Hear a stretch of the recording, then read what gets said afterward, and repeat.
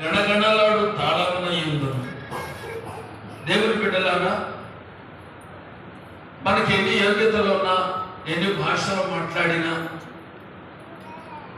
మనకి ఎన్ని సిరి సంపదలు ఉన్నా, మనం కలిగి ఉండవలసింది ఏంటి? ప్రేమ కలిగి ఉండాలి. 2 అక్షరాల ప్రేమ అంట. ప్రేమకి ఎన్ని అక్షరాలు? తెలుగులో, ఇంగ్లీష్లో అయితే 4 మాటలు ఉంటాయి కానీ 4 అక్షరాలు ఉంటాయి కానీ తెలుగులో 2 అక్షరాలే. బైబిల్ గ్రంథం అంతా ఈ 2 అక్షరాలకు ముడివేయబడింది అంటారు. ప్రేమ అనేది ఎంతో గొప్ప కార్యం. అయితే మనుషుల భాషలు ఏముంటాయి? 2 మొత్తల కంటే ఎక్కువ. దేవదూతల భాషలు కూడా ఉన్నాయి. ఇన్ని భాషలు మాట్లాడినప్పటికీ మనం ఏం కలిగి ఉండాలంట? ప్రేమ కలిగి ఉండాలి. ఒకవేళ ప్రేమే లేకపోయాయి అన్నీ ఉంటే మ్రోగడి కంచు గణగణలాడు తాళమునై ఉంటారు. కంచు మ్రోగునట్లు బంగారం మ్రోగున పద్యం ఉంది. కంచు మ్రోగినట్లు కనకంపు మ్రోగున అని. బంగారం రేటు మీద దెబ్బ కొడితే ఏ శబ్దం వస్తుంది? సరైన శబ్దం రాదు. కంచు మీద కొడితే కంగు అంటది. అలాగే కంచు మ్రోగినట్లు మనకి ఎన్నెన్ని యోగ్యతలు ఉండవు కంచు లాంటివి, కానీ ప్రేమ కలిగి ఉంటే అది బంగారం లాంటిది. కంచుకి బంగారానికి ఎంత వ్యత్యాసమో, ఎంత విలువలో తేడా ఉందో, ఈ లోకంలో ఉన్న యోగ్యతలకు దేవుడు మనల్ని చూపుకున్న ప్రేమకు అంత తేడా ఉంది అని బైబిల్ గ్రంథం మనకు తెలియచేస్తుంది. ఎన్ని యోగ్యతలు ఉన్నా కూడా మనము ప్రేమ కలిగిన వారంగా ఉండాలి అని. 2వ వచనంలో ప్రవచించు కృపావరము కలిగి మర్మములన్నీ జ్ఞానమంతా ఎరిగిన వాడవైనాను, కొండలను పెకలింపగల పరిపూర్ణ విశ్వాసము గలవాడనైనాను, ప్రేమ లేని వాడనైతే నేను వ్యర్థుడను. బైబిల్ గ్రంథంలో ప్రవచించే వరాలు ఉన్నాయి. అనేకమైన మర్మాలు చెప్పేవారు ఉన్నారు. గొప్ప జ్ఞానం కలిగిన వారు ఉన్నారు. అంతేకాదు కొండలను కూడా పెకలెప్పగల వారు కూడా ఉన్నారంట. కొండలను పెకలెప్పగలిగిన వారు కూడా ఉన్నారు విశ్వాసంతో. అంత విశ్వాసం ఉన్నప్పటికీ ఏముండాలి? ప్రేమ ఉండాలి. అది నేను కొత్తగా ఈ ప్రాంతంలో సేవ ఆరంభించినప్పుడు సహోదరుడు నన్ను ప్రశ్న వేసాడు, నీకు దేవుని మీద విశ్వాసం ఉందా? ఉందయ్యా, యేసు ప్రభువుని నమ్ముకున్నాను అని అన్నా. నీకెంత విశ్వాసం ఉంది? నాకెంత కొద్ది విశ్వాసం ఉందా? ఆవగినంత విశ్వాసం ఉందా నీకు అన్నాడు. ఉందయ్యా. అయితే యేసు ప్రభు అన్నాడు, నీకు ఆవగినంత విశ్వాసం ఉంటే ఈ కొండను చూచి నువ్వు లేచి సముద్రంలో పడవేయబడు అంటే సముద్రంలో పడిపోతాక ఆ పర్వతం, మరి నువ్వు ఎవరు లేపుతావా అని అడిగాడు. అంటే అలాంటి విశ్వాసం కూడా ఉంది. మనం రక్షించబడిన విశ్వాసం ఉంది. రక్షించబడి పరలోక రాజ్యానికి చేర్చబడే విశ్వాసం ఉంది. అయితే కొండలు పెక్కలించగలిగిన విశ్వాసం కూడా ఉంది. లేదు అని చెప్పడానికి లేదు. యేసుక్రీస్తు ప్రభు చెప్పాడు, మత్తయి సువార్త 17వ అధ్యాయం 19, 20 వచ్చిన 20, 21 వచనాలు. మీకు ఆవగించంత విశ్వాసం ఉంటే ఈ పర్వతం, ఈ కబ్బళ చెట్టును వేళ్లతో కూడా పెళ్ళగించబడి సముద్రంలో పడిపోమంటే పడిపోతుంది. ఈ కొండ లేచి సముద్రంలో పడమంటే పడుతుంది. అయ్యి దేవుడు కొందరికి కొన్ని గొప్ప వరాలు ఇచ్చాడు. దేవుడు కొందరికి కొన్ని వరాలు ఇచ్చాడు. ఆ వరాల్లో విశ్వాసం అనేది దేవుడిచ్చిన వరం. ఆ వరం దేవుడికి ఎవరిచ్చాడో, ఎవరికైతే ఇచ్చాడో ఆ వరాలు కలిగిన వాళ్ళు కొండలు కూడా పెక్కలిస్తారు. అపోస్తలుడైన పౌలు చెప్పే మాట 13వ అధ్యాయం 8వ పత్రికలో, కొండలను పెకలింపగలిగిన విశ్వాసం కలిగి ఉన్నప్పటికీ నీకు ప్రేమ ఉండాలి. అంటే పౌలుకు తెలుసు కొండలను పెకలింపగలిగిన విశ్వాసం ఉన్నది అని. కాబట్టి దేవుని బిడ్డలారా, ఎంత గొప్ప విశ్వాసం!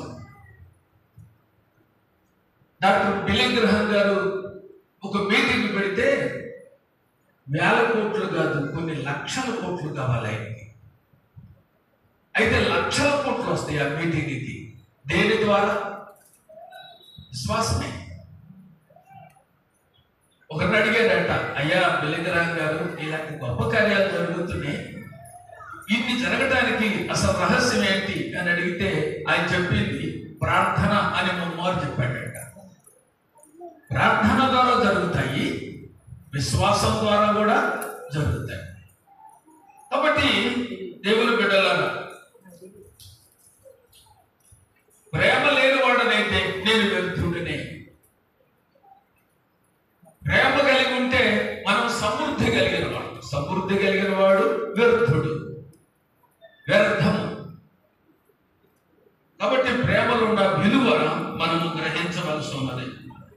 3వ వచనంలో, బీదల పోషణ కొరకు నా ఆస్తంతయు ఇచ్చినను, కాల్చబడుటకు నా శరీరమును అప్పగించినను, ప్రేమ లేనివాడనైతే నాకు ప్రయోజనమేమీ లేదు. కాల్చబడటానికి శరీరం ఇచ్చిన, బీదల పోషణ కోసం నీకు ఆస్తంత ఇచ్చిన, అయితే ప్రేమ మాత్రం కలిగి ఉండాలి. ప్రేమ లేకపోతే అంత వ్యర్థమే అనే మాటలు చూస్తాం. 4వ వచనంలో ప్రేమ ఎటువంటిదో తెలియజేయబడుతుంది. ప్రేమ దీర్ఘకాలము సహించు, ప్రేమ దయ చూపిస్తుంది, ప్రేమ మత్సరపడదు, ప్రేమ డంబముగా ప్రవర్తించదు, అది ఉప్పొంగదు, అమర్యాదగా నడవదు, స్వప్రయోజనమును విచారించుకొనదు, త్వరగా కోపపడదు, అపకారమును మనసులో ఉంచుకొనదు, దుర్నీతి విషయమై సంతోషింపక సత్యమునందు సంతోషించును. దేవుని బిడ్డలారా, ప్రేమ గురించి ఈ గోడ మీద ఈ నల్ల పెయింట్ వేసి తెల్ల అక్షరాలు రాశారు. ప్రేమ అనగా, ప్రేమ అనగా ఏంటయ్యా? ప్రేమ అనగా మొదటిది ఏంటి అయ్యా? ప్రేమ దీర్ఘకాలము సహించును, దయ చూపించును, మత్సరపడదు, డంబంగా ప్రవర్తించదు, ఉప్పొంగదు, అమర్యాదగా నడవదు, స్వప్రయోజనాన్ని విచారించుకోనదు. ఆహా, చక్కని మాట్లాడి రోజుకు ఒకసారి అయినా పట్టిక చదివితే బాగుంటుందేమో. ఎంత మంచి మాటలు! ప్రేమ కలిగి ఉండాలి. అంతేకాదు, ఆత్మ ఫలమేమనగా గలతీయులకు రాసిన పత్రిక 5వ అధ్యాయం 19వ వచనం. ఆత్మ ఫలమేమనగా దాంట్లో మొదటిది ఏంటి?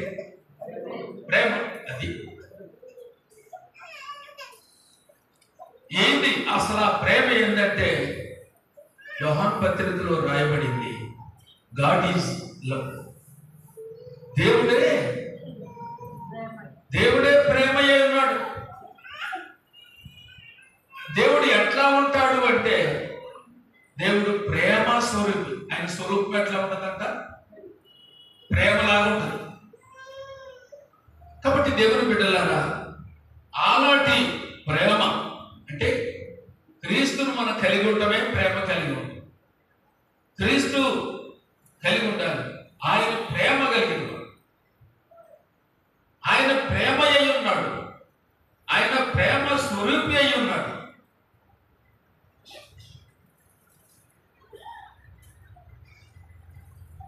దుర్నీతి విషయమై సంతోషపడదు, సత్యమునందే సంతోషపడుతుంది. 6వ వచనం ప్రకారంగా.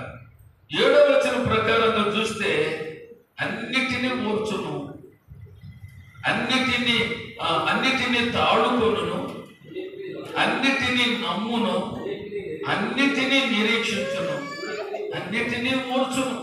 తాడుకుంటుందట. ఎన్నొచ్చినా తాడుకోవటం అంటే అది కూడా ఓర్పు సహించుకుంటున్న ఒక భాగం. తాడుకుంటుంది, అన్నిటినీ నమ్మును, అన్నిటినీ నిరీక్షించును, అన్నిటినీ ఓర్చును. దేవుని బిడ్డలారా, ప్రేమలో ఉన్న ఎంత చక్కని అర్థం కనపడుతుంది.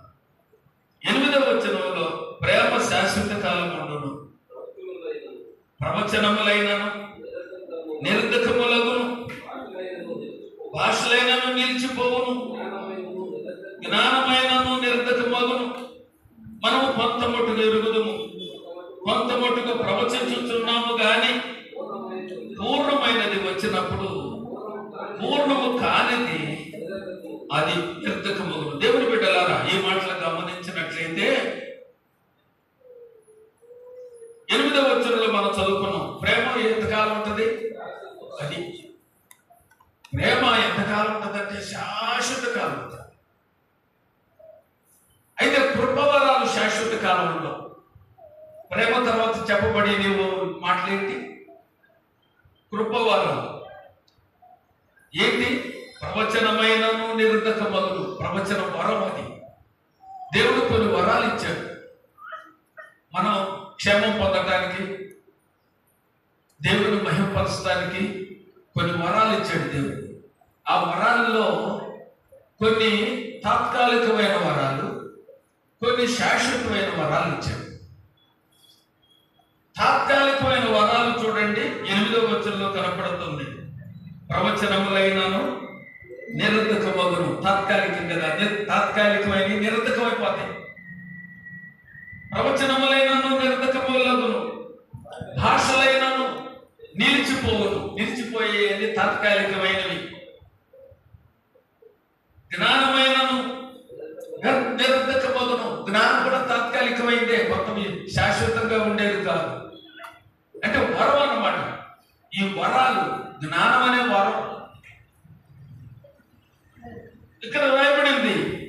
మనము కొంత మట్టుకు ఎరుగుదు. ఈ పత్రిక ఎప్పుడు రాయబడింది? దాదాపు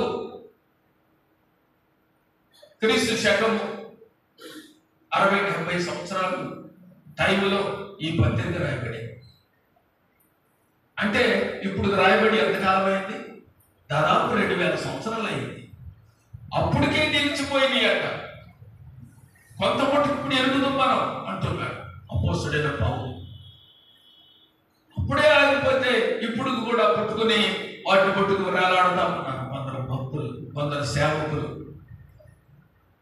పెంతెకొస్తు వారు వాదించింది ఏంటంటే, నీకు పరిశుద్ధాత్ముడు నీలో ఉన్నాడు అంటే నువ్వు భాషలో మాట్లాడాలి, అప్పుడే నువ్వు పరిశుద్ధాత్ముడు నీలో ఉన్నాడు అంటారు. భాషలు మాట్లాడితేనే వరం ఉండటట, ఆత్మ ఉండటట. దేవుని బిడ్డల తాత్కాలికమైన వరాలు. దేవుడు ఎందుకంటే తాత్కాలికమైన వరాలు ఇచ్చాడు, శాశ్వతమైన వరాలు ఇచ్చాడు? ఎందుకు అంటే, తాత్కాలికమైన వరాలు ఎందుకంటే పరిశుద్ధ గ్రంథం రాయబడిందాక. ఏ వరాలు ఉపయోగించుకున్నాడు అంటే, దేవుడు కొన్ని వరాలు ఉపయోగించుకున్నాడు. ప్రవచన వరం, భాషలో మాట్లాడేవారు, భాషల అర్థం చెప్పేవారు, జ్ఞానం, స్వస్థత పరుస్తూ, రోగాలు స్వస్థపరుస్తూ. నా చిన్నతనంలో కూడా కొందరు సాధులు వచ్చేవారు, వచ్చి అక్కడక్కడ మీటింగ్లు పెట్టేవారు. ఇక్కడ ఉండేవాళ్ళు ఎవరైనా పెద్దోళ్ళు ఉంటే, ఒకవేళ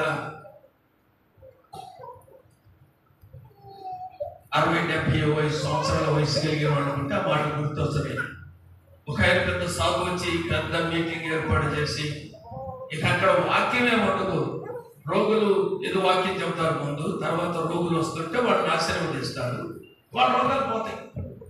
ఏదో కొబ్బరిలోని చిన్న బాటిల్ కొనుక్కోవటం, ఆ రోజుల్లో ఆల్బం తీసుకెళ్ళి రాసుకుంటే వాళ్ళకు స్వస్థత కలగటం, ఇవన్నీ కలిగినాయి.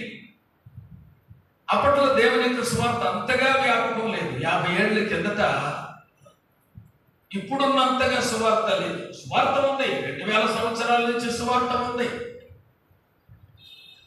అయితే బలంగా లేదు.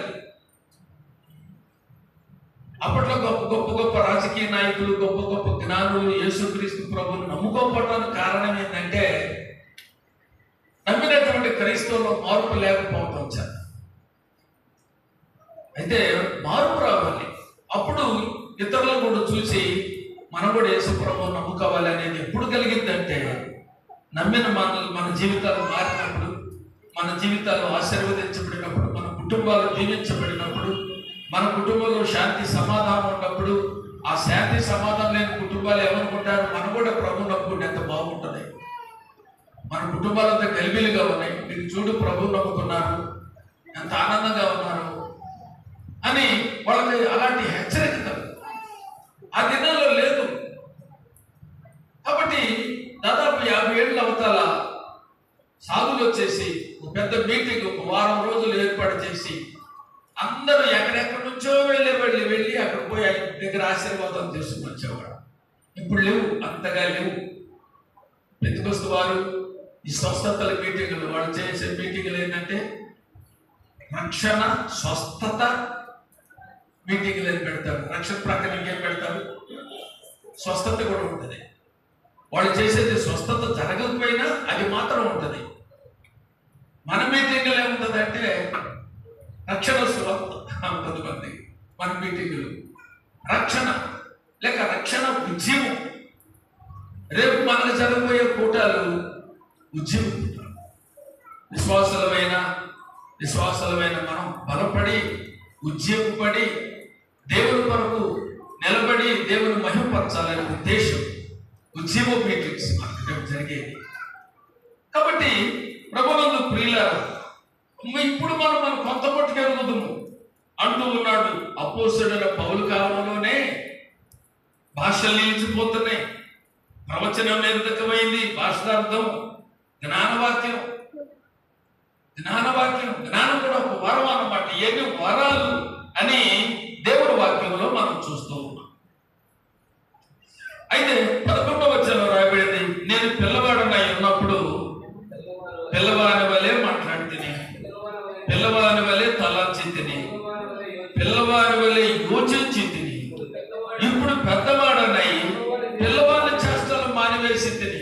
అవునండి ప్రభునందు ప్రియులారా, ఆనాడు మొదటి శతాబ్దంలో బైబిల్ గ్రంథం పూర్తి కాక మునుపు మనందరికి, ఇప్పుడు ఇక్కడ ఎంతమంది అయితే కూర్చున్నారు, పెద్దలు కానీ చిన్నపిల్లలు కానీ, ప్రతి ఒక్కరి దగ్గర బైబిల్ ఉంది.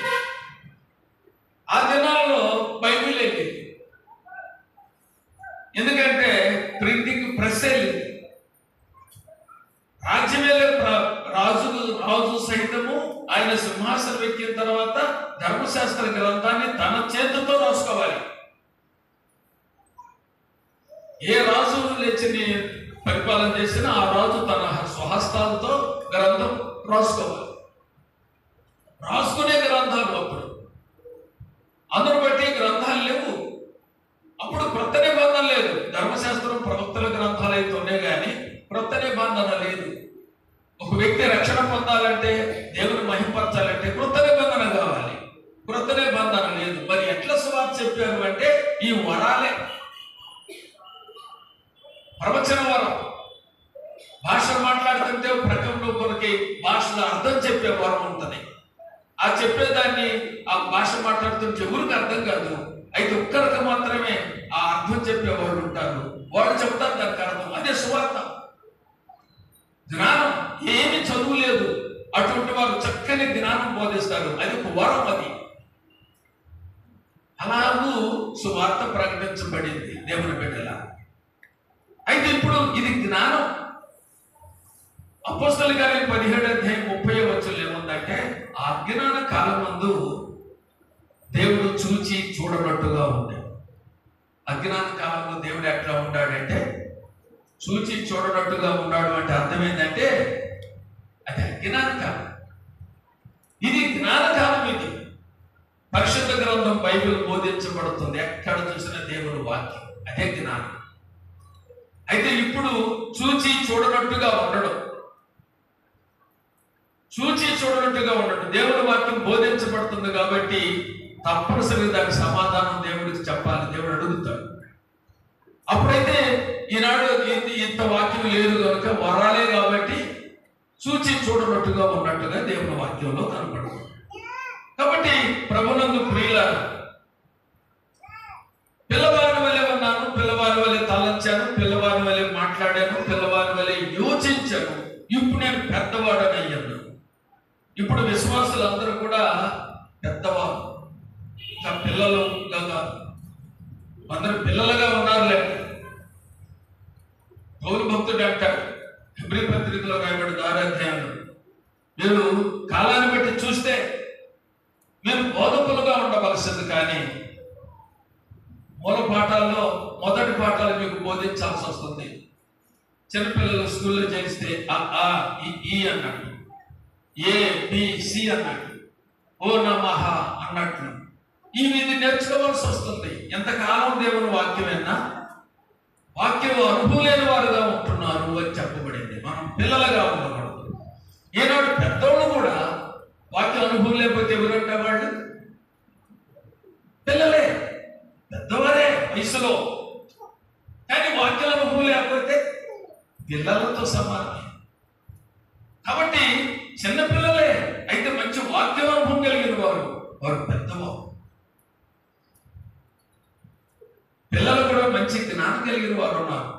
ఇప్పుడున్న చదువులు ఎటువంటివి, మా కాలంలో ఉన్న చదువులు ఎటువంటి, అంతకంటే చాలా గొప్ప జ్ఞానం బోధించబడుతుంది. చిన్నపిల్లలే కానీ గొప్ప జ్ఞానం కలిగిన వారు ఉన్నారు. పూర్వకాలంలో దాదాపు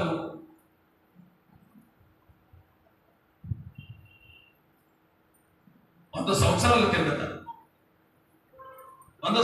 కిందట D.L. మూడీ కాలంలో దేవుని సువార్త ప్రకటించబడుతుంది. ఆయన దేశంలో దేవుని సువార్త ప్రకటించాడట. D.L. మూడీ గొప్ప జ్ఞానం కలిగిన వాడు, సువార్తికుడు. చార్లెస్ స్పర్జర్ ఆయన ప్రపంచ బోధకుడు. D.L. మూడీ ఆయన ప్రపంచ సువార్తికుడు. బోధకుడు వేరు, సువార్తికుడు. వాక్యం చెప్పే నేను సువార్తికుడిని. బోధకులు అంటే చాలా గొప్ప అనుభవం కలిగిన వారు. అలాంటి D.L. మూడీ కాలంలో చిన్న పిల్లవాడు మూడీ దగ్గరికి వచ్చి, అంకుల్ నేను మీ దేశం వచ్చి నేను ఈ సంఘంలో వాక్యం చెబుతాను అన్నాడు. వీడియోడా ఎత్తులేడు నా దగ్గరికి వచ్చి అంకుల్ ఈ దేశం వచ్చి నేను వాక్యం చెబుతాను అన్నాడు. ఈ బుడ్డోడు ఇంతోడు అని సర్లే అన్నాడు. వీడు వచ్చేది లేదు, మా సంఘంలో వాక్యం చెప్పించేది లేదులే, సరిగ్గా పిల్లాడు కదా అని. ఆ పిల్లాడు పేరు ఏంటంటే మూర్ హౌస్ వాడి పేరు. అంకుల్ మీరు వెళ్ళేటప్పుడు నాకు చెప్పండి, నేను కూడా వస్తాను. ఇదేంటని వీడిని నేను తీసుకెళ్తే మా సంఘంలో ఉన్న వాళ్ళందరూ కూడా తలబడిన వాళ్ళు, పెద్ద పెద్ద జ్ఞానం కలిగిన వాళ్ళు. ఇవి నిలబడితే నన్ను ఏమన్నా ఒప్పుకుంటారా మా సంఘస్థులు అన్నట్టుగా అన్నాడు. చెప్పబెట్టకుండా వెళ్ళిపోయాడు. D.L. మూడీ వెళ్ళిన కొద్ది రోజులకే ఫోన్ చేశాడు. అంకుల్ నేను అమెరికా వచ్చాను. నేను సామాన్యుడిగా లేడు, ఇంత లేడు, మా అమెరికా వచ్చాడండి వీడు. నేను వస్తున్నాను అంకుల్, మీ ఇంటికి వస్తున్నాను, మీ సంఘంలోకి వస్తున్నాను. అప్పుడు మూడీ గారు అన్నాడట భార్యని పిలిచి, ఏమమ్మా పిల్లాడు వాడు నా దగ్గరికి వచ్చి మీ దేశానికి వస్తాను వాక్యం చెబుతాను అంటున్నాడు. నువ్వు ఒకడు వస్తాడు, తప్పనిసరిగా వస్తాడు. ఆ దేశం నుంచి ఏడుకొచ్చినోడు రాడా వస్తాడు. సరే వస్తే మన పెద్దలతో కొంచెం మాట్లాడి, పెద్దలతో వాడికి ఇది సమయం ఏంటి, ఏదో ఒక గంట సేపు, ఒక అరగంట సేపు, ఇది ఒక నిమిషాలు ఇవ్వండి, వాడు ఏం చెబుతాడు ఏందో అన్నట్టుగా చెప్పాడు. సరేనండి నేను చెప్పింది డిఎల్మూడి భార్య. ఆయనకి క్యాంపు ఏదో, ఆయన పెద్ద దూరదేశం వెళ్ళిపోయి ఇప్పుడైతే క్యాంపు పడింది. వెళ్ళిపోయి భార్యకు అప్పగించలేడు పాస్టర్మ గారికి. అని వచ్చాడు సమయం. ఆంటీ అయ్యగారు ఏంటంటే అయ్యగారు ఊరు వెళ్ళాడు, అయ్యా క్యాంపుకి వెళ్ళాడు సుమార్కి కూర్చోండి అని ఆయనకి పెట్టి, మరి పెద్దలు చెప్పిందంట, అయ్యా ఒక అబ్బాయి ఎవరో చిన్నోడు వచ్చాడు, వాడు వాక్యం చెబుతాడంట, సరే 10 నిమిషాలు ఇవ్వండి అని చెప్పింది తాత్కాలికంగా. సరే నమ్మగారు అని చెప్పారు పెద్దలు. సరే వాడు నిలబడ్డాడు స్టేజి మీదకి వెళ్ళి. యోహాను సువార్త 3:16 చదవండి అన్నాడు. వీడికి యోహాను సువార్త 3:16 వచ్చు అనుకున్నారు వాళ్ళు. యోహాను సువార్త 3:16 ఏముందంటే, దేవుడు లోకమును ఎంతో ప్రేమించాడు, అంత మటుకే చాలు అన్నాడట. దేవుడు అనే అంశం తీసుకున్నాడట. దేవుడు ఎలాంటి వాడు? దేవుడు సర్వశక్తి గలవాడు, దేవుడు సృష్టికర్త, దేవుడు ప్రేమ గలవాడు, దేవుడు అనంత జ్ఞాని, సర్వలోకాన్ని సృజించిన సృష్టికర్త, సర్వలోకాన్ని పోషించు పోషకుడు. ఇక దేవుడు అనే దేవుని గురించి ఆయనకున్నటువంటి ఉన్నతమైన విషయాలన్నీ, ఆయన గుణాతిశయాలన్నీ కూడా చెప్పాడు.